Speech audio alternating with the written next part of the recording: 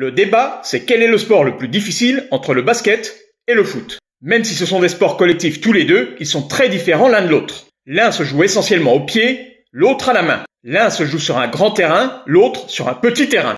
Autre différence, la taille des cibles. Et c'est là que ça devient intéressant. Parce que finalement, pour ces deux sports, il faut des qualités athlétiques exceptionnelles. Vitesse, endurance, explosivité, c'est pas là-dessus que ça va se jouer. Parce que dans les deux sports, on trouve des athlètes incroyables. Et là, tu vas me dire, non mais au foot, ils sont plus endurants, parce qu'ils ont des grands terrains. Faux. Moi, j'ai connu un type qui courait le marathon en 2h20. Et avant de faire de la course à pied, il faisait du basket. Donc, même si c'est un sport de petit terrain, ça n'empêche pas d'être très endurant. Mais je reviens à la principale différence entre ces deux sports, la cible. Au foot, elle est grande. Un but, ça fait 7,32 m de largeur et 2,44 m de hauteur. Et le ballon fait à peu près la même taille que celle d'un ballon de basket. Au basket, la cible est petite et en plus, elle est pas très accessible. Elle est placée à 3,05 m de haut et le diamètre de l'anneau c'est 45 cm. Le ballon lui fait à peu près 24 cm de diamètre. Ça laisse peu de marge d'erreur, un petit trou pour un gros ballon.